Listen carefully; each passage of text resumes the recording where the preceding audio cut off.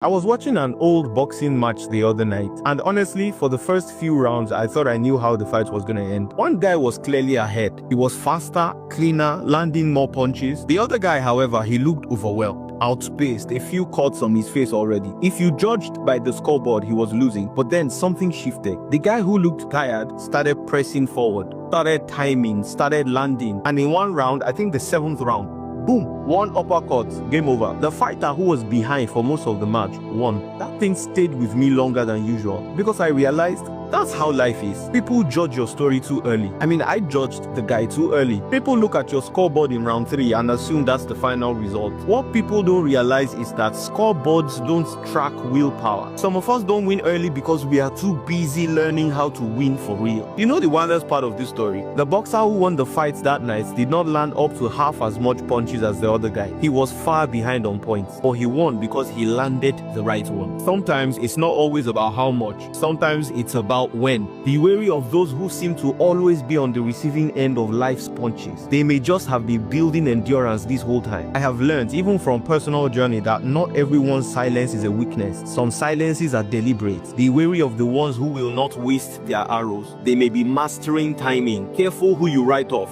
including yourself. We've only watched the early rounds of your life. You've trained too long. You've survived too much. You've studied too hard. So stay in the ring. Stay there. Focus. One moment, one move can still shift the entire story. This guy lost every round but won the match. What that tells me is that your past records don't matter as long as your head is still in the game. The wise ones know that winning battles does not mean anything if you don't eventually win the war. So zoom out. The victory is much bigger than the rounds. Look, this is the age of the underdogs. You and I. Don't name boys and girls, the ones they didn't see coming. So stay locked in, share this video, strengthen your tribe, remind your people who they are.